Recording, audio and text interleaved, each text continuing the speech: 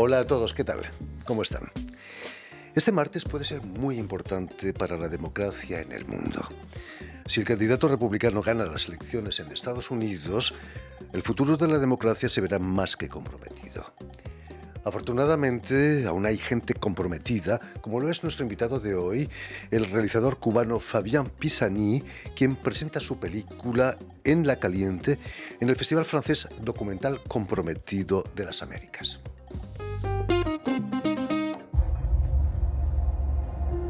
Todo lo que choca en la sociedad hay que buscar un culpable. Y el culpable es la música. Siempre la música va a ser la culpable de muchas cosas. Señoras y señores, esta noche, una vez más, La historia del reggaetón en Cuba empezó por aquí, por Santiago. Candyman. Era Candyman las 24 horas del día, donde quiera. Él conquistó La Habana de verdad. Él no se propuso ser ese fenómeno y arrastró a la gente sin pedirle permiso. Soy criminal con la música del gueto 100% original. Y empezó entonces la Inquisición contra Candyman. No inventamos nada. Todo está ahí. El bien siempre ha estado ahí y el mal siempre ha estado ahí. No puede aceptarse identificar vulgaridad con modernidad. Reprobamos totalmente y la cultura cubana no tiene nada que ver con la chabacanería. El reggaetón es una cosa que iba a pasar en Cuba. Cuba está ubicada en el Caribe. Entonces tú no puedes condenar un género. Yo soy un sobreviviente, a mí me gusta la música. Te estás esforzando por hacer una cosa que llevas dentro, por hacer una cosa que tú sabes que va a tener resultados y te están frenando. Yo creo que la política no es atacar el género, sino atacar la vulgaridad, el hecho. Los que hacemos este género somos revolucionarios. Porque provocamos el cambio. Siempre hay una visión elitista, racista, mi hermano. No es actuación, en realidad. Sí, papi. Cuando me censuraron no tuvieron piedad. Y ahora, a mí que nadie me hable de felicidad. A mí me sobre valor. Pero ¿con qué yo hago con mi valor? ¿Qué yo logro con mi valor? Dime.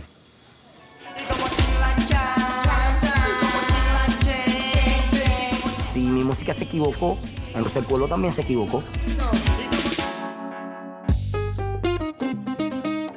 Muy buenas tardes, Fabián. Fabián Pisani. Bienvenido a Radio Buenas tardes, Francia. Jordi. Muchas gracias. El que Trump vuelva a la Casa Blanca no sería una buena noticia precisamente para los cubanos, ¿no? No sé, porque no cambió nada con Biden, entonces eso ya depende de lo que... Sí, eso no está claro. Biden no se deshizo del regalo de despedida de Trump, incluir a Cuba en la lista de estados patrocinadores del terrorismo. No. Lo mantuvo a la sorpresa de todo el mundo porque él no era... O sea, él fue el vicepresidente de Obama, entonces era, digamos, corresponsable de todo lo que hizo Obama en términos de apertura y de relaciones con Cuba.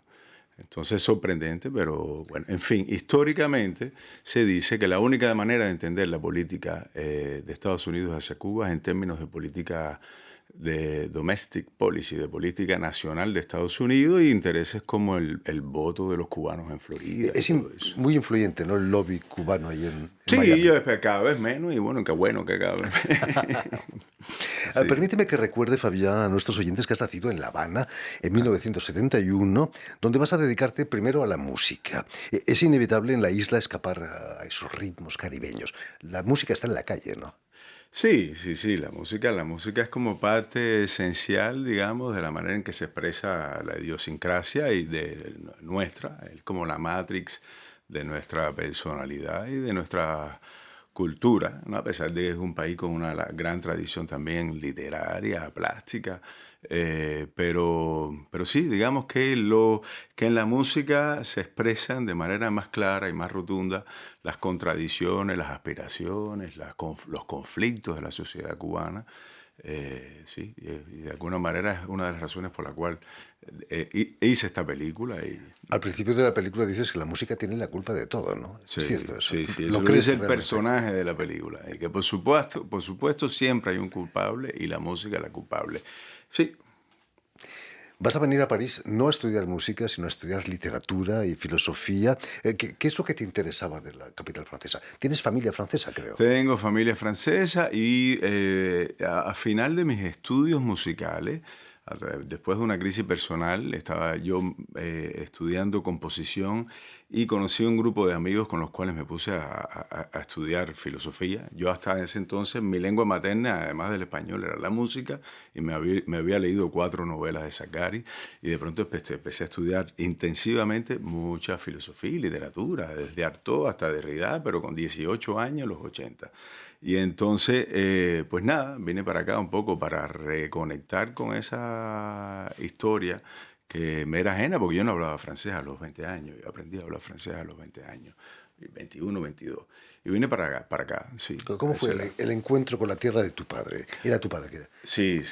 Era mi padre, que es francés, y pues violenta, porque además entré en un sistema en el sistema francés de educación que es extremadamente escolástico, aprendiendo a hacer disertaciones en 9 meses para pasar un bac. Y después entré en una escuela preparatoria, una Icañe, que es una escuela como de un alto nivel de mucho trabajo. Sí, de mucha consagración, de mucho estudio. Y me prohibí incluso hablar español, porque de otra manera no, por poco me vuelvo loco. De lo cual me salvó eventualmente una mujer. Hablando de mujeres, vas a acabar siendo infiel a París, mordiendo la manzana, la gran manzana, sí. Nueva York. ¿Qué suponía para un músico como tú vivir en Nueva York? Para mí era como, Francia me tenía ya bastante aburrido, a pesar de que tengo mucha gente que quiero aquí, amigos, familia, y que fue una experiencia muy importante y que aprendí además muchas cosas. Fue muy formador, pero sí, me quería someter a la intemperie de una ciudad como Nueva York. Hay un gran personaje en la cultura cubana, se llama Luis Carbonell, que es una especie de orador, es como ¿cómo se dice? El declamador antillano por excelencia, personaje bello. Y él vivió en los 40 en Nueva York. En una entrevista una vez me contó, decía él de los cubanos, cada cubano cada humano debe pasar una temporada en Nueva York para aprender el valor de un centavo, el valor de un minuto y el valor de un amigo. O sea, tiene esa cosa Nueva York que cristaliza un poco las relaciones, que pasa por el dinero, que es terrible, pero que de alguna manera tú sabes a fin de cuentas con quién contar, y si te duermes, si por un momento te duermes, terminas debajo de un puente. Es muy fuerte, es muy intenso. Time is money, ¿no? Sí, es una ciudad muy loca. En 2011 vas a desarrollar y producir una película extraordinaria, 7 días en La Habana, en la que 7 directores, entre los que se encuentran Benicio del Toro, Pablo Trapero o Julio Medem, entre otros. Y el gran Laurent Conté, que falleció este año y con quien trabajé de muy cerca y que fue un personaje bello realmente y súper generoso en el proceso de... Muy conversador, muy bonito tipo. Pero sí. Cada uno de ellos toman un día y varios personajes allí en La Habana. Es un proyecto loco, ¿no? Es una idea que es una aberración, porque es una contradicción en los términos, porque es una película de productores, es una idea, y hecha con autores.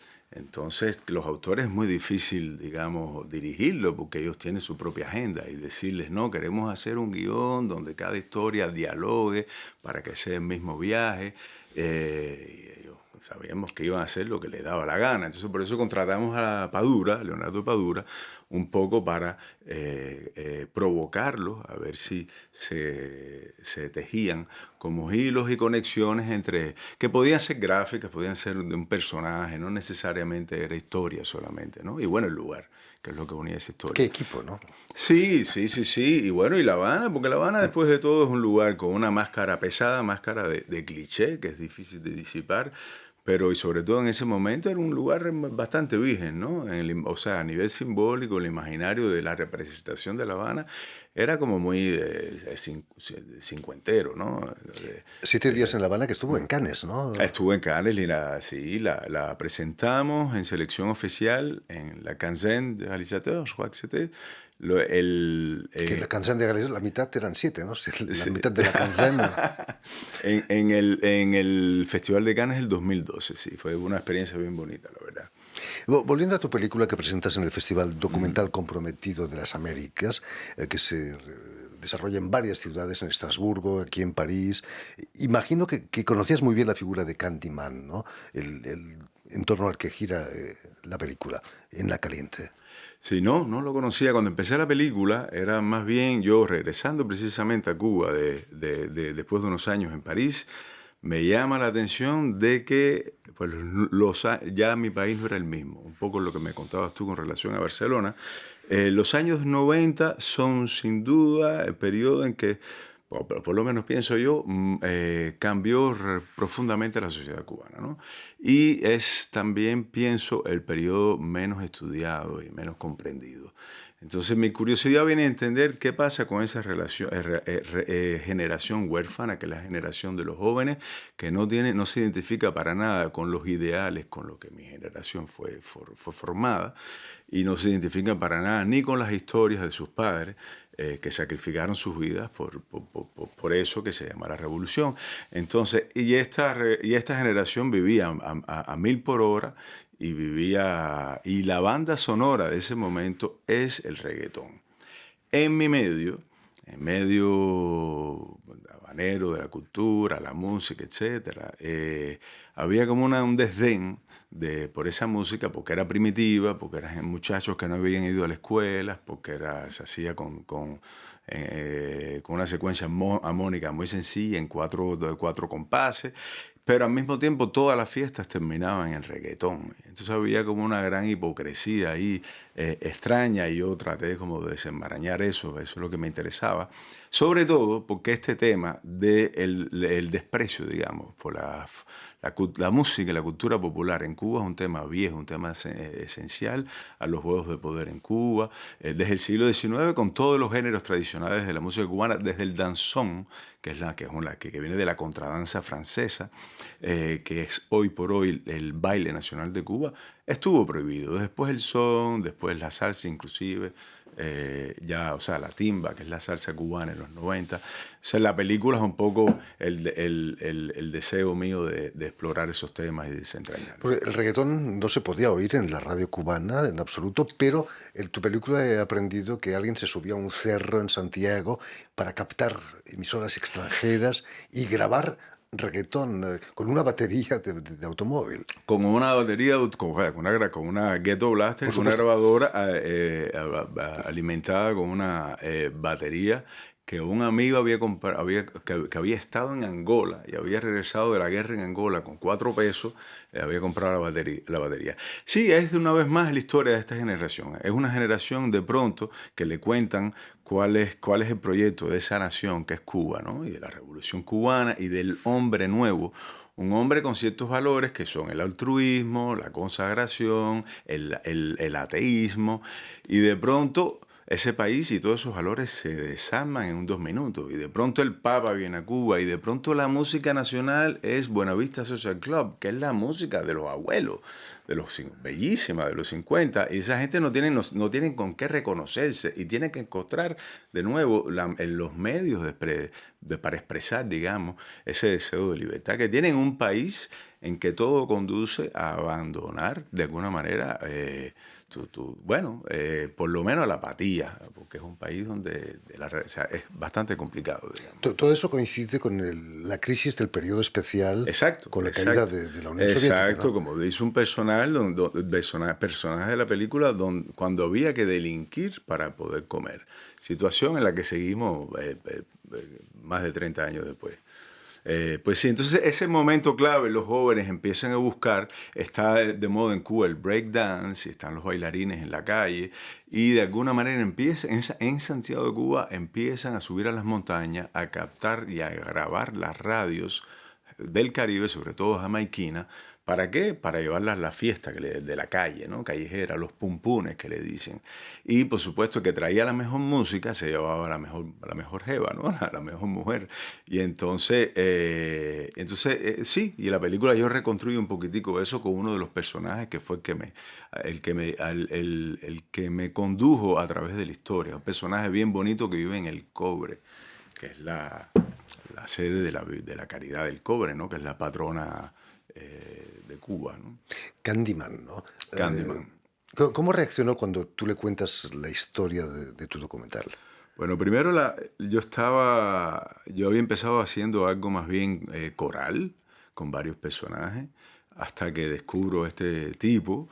Este personaje es muy extraño, porque él, en un país con una tradición musical tan fuerte, la música de Candyman se pegó y 12 millones de personas estaban bailando de pronto su música y nunca había salido en la radio y nunca había salido en la televisión. Y todo el mundo pensaba que era panameño y nadie sabía si era negro, blanco, gordo. Y él fue el último que se enteró en ese gimnasio, que fue el primer gimnasio privado en Santiago de Cuba. Y va para La Habana, hace un par de conciertos, hace más bien varios conciertos, un programa de televisión, y lo apagan, lo silencian, ¿no? ¿Qué tenía en contra el gobierno cubano?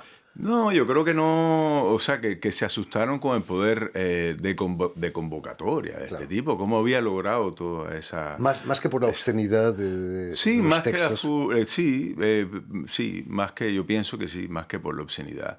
Era algo que no entendían, algo que no, o sea, que sí, pues nada, y tenían porque la película, además de que se trata de juventud, de baile, de música, y de Candyman, en última instancia es una exploración sobre ese tema, que es el de quién tiene el derecho y los medios para controlar la producción cultural ya en un país como Cuba, ¿no? ¿Y qué quiere decir eso? ¿Qué está en juego en eso, no? Y la película desmonta un poco la burocracia y el aparato de la cultura en Cuba, ¿no? Porque, por ejemplo, para cantar, para estar en un programa de televisión o de radio, o para cobrar un concierto en un concierto, tú necesitas pertenecer a una empresa del Estado, básicamente. Y para eso necesitas hacer una audición que te califique como profesional de tipo A o de tipo B. Es una cosa bien complejo, es bien bizantino. Como los sindicatos, casi, ¿no? En Inglaterra. Sí, casi como un sindicato. Uno de los personajes de tu película decía que había escuchado reggaetón y que le habían prohibido ir a la universidad por desviacionismo ideológico. ¿Ocurría eso? Si probaban que estabas escuchando y bailando reggaetón, podías estar prohibido Pues parece de que sí, a mí no me pasó. Yo salgo de Cuba en 91, pero eso es un tema viejo, es un tema que se acuña en los años, si no me equivoco, 70, y en el momento en que Cuba se está estalinizando bastante, se están como incorporando todos los modelos, digamos, de gestión, pues de administración del ejército incluso, de los aparatos del gobierno y de la administración de la cultura. Y básicamente si tú salías en la calle, si tú no podías ir al trabajo con una playera, con una imagen de la cultura, un ícono de la cultura, por ejemplo, norteamericana sobre todo, desde un águila hasta una Coca-Cola. Eso era anatema. Y sí, te tachaban, y pues pagaban, no sé cuáles eran los castigos, pero seguro algo se les ocurría.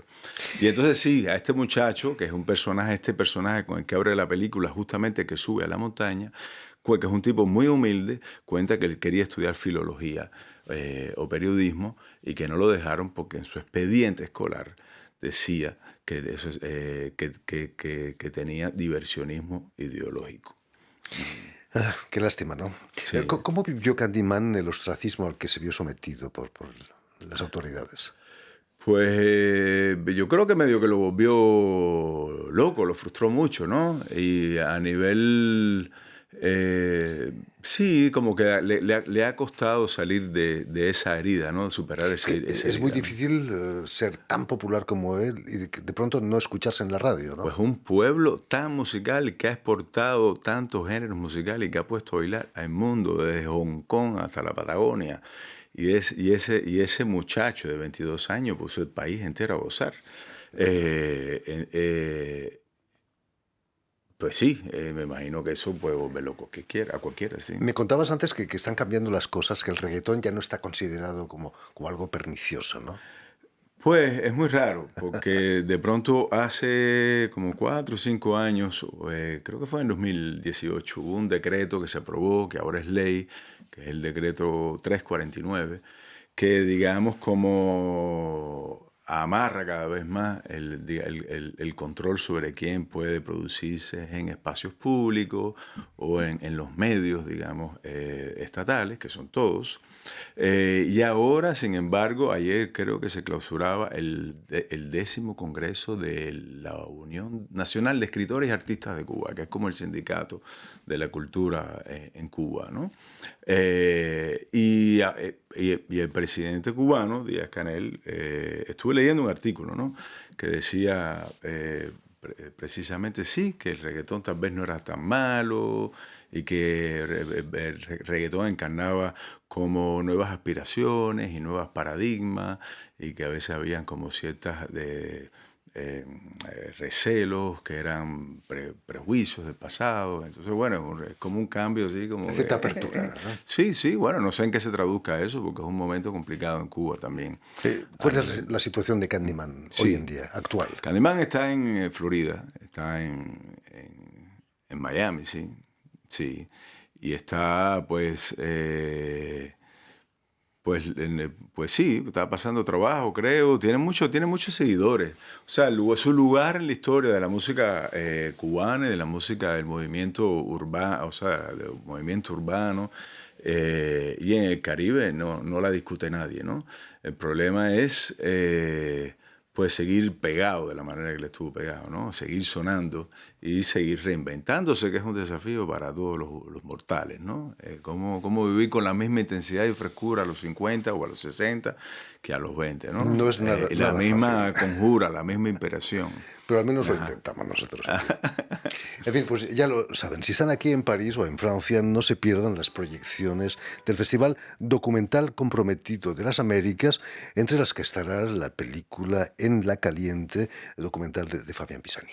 Muchísimas gracias, Fabián, por haber estado con nosotros, por habernos contado cosas tan apasionantes sobre Cuba. Permíteme también que dé las gracias a Vanessa Loiseau y a Adrián Toro, quienes han ocupado hoy de la realización del programa, y también saludar a nuestros telespectadores, que nos siguen en todo el continente americano, espero que en Cuba también, gracias a la cadena Unión Continental Latinoamérica y una red que se llama TAL, que reúne televisoras públicas y universitarias de toda América Latina. Y a ustedes, muchísimas gracias por su atención y les damos cita para una nueva edición de El Invitado de Radio Francia Internacional.